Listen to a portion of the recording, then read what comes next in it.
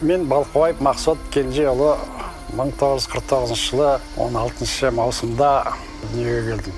Ол кезде қазақтың ақбас тұқымды малдары сол Шапай совхозында өсіріле бастады. Асылтұқым мал заводында 1972 жылы институтты бітіріп, Шапай совхозына жұмысқа бардым. Жалпы еңбек өтілім 47 жыл, соның 27 жылын мен сол Шапай асылтұқымды мал заводында әртүрлі мамандықты өткіздім.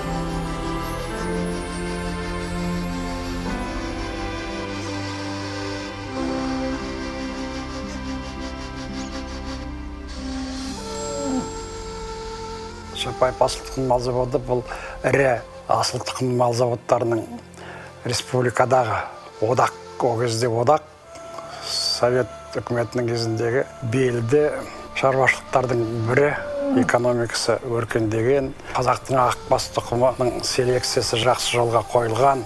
Оған енді дәлелдеп айтатын болсақ, совхозда өсірілген малдар әр жыл сайын республикалық Алматыда өтетін көрмелерге, одақтық Москвада өтетін көрмелерде қатынасып, жүлделі орындарды алып жүрді. Ең бір үлкен нәтиженің бірі Шапай асылтұқымды мал заводында өсірілген Точка деген сиыр 5 жасында салмағы 945 килограмм тартты.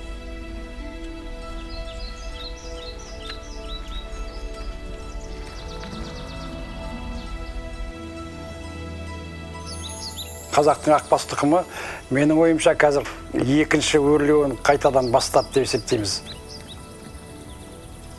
Малдардың ерекшелігі сол жаңағы суыққа төзімді, ыстыққа төзімді, жайылымның қуаңшылығына төзімді, біздің елдегі ауа райына қай-қайсысына да жаңағы шыдап беретін, соған қарамай жаңағы жақсы өнім беретін.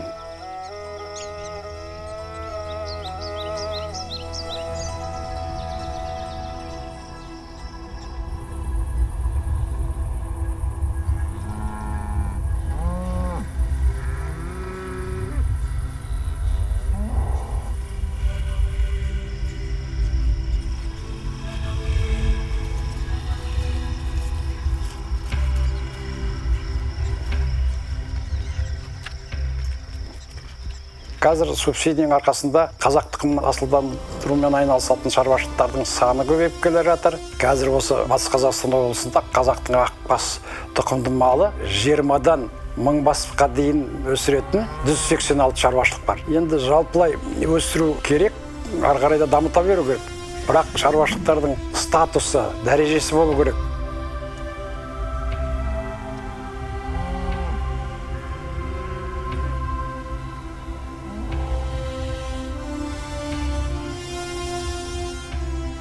Жетпіс жылдық тойымызды енді тойлап жатырмыз, өте дұрыс. Енді қалған уақытта біздер жаңағы тек сапаға жұмыс істеуіміз керек. Көптік деген керек, бірақ сапа болған дұрыс енді.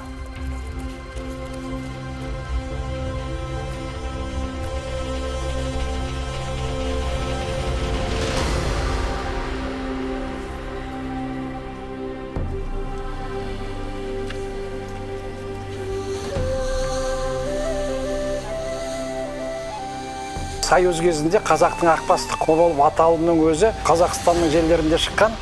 Сондықтан қазақтың еңбегінің өтеуі ретінде қазақтың жаңағы осы малды өсіруге жасаған қызметінің еңбегінің бағасы ретінде қазақтың ақбас тұқымы аталып тұр енді.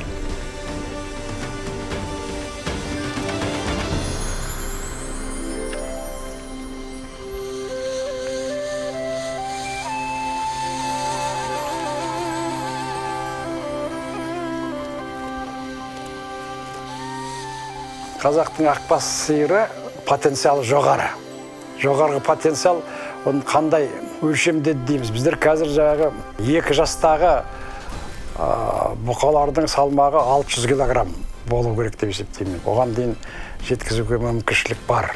Қазақтың ақбас сиырынан 80 бұзаудан кем алмау керек.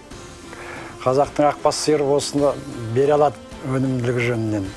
Енді жаңағы қазақтың ақбас сиыры потенциалы қазір болмағанмен бір 5 жылда жақын шетелдерге шығуы мүмкін. Сұраныс бар.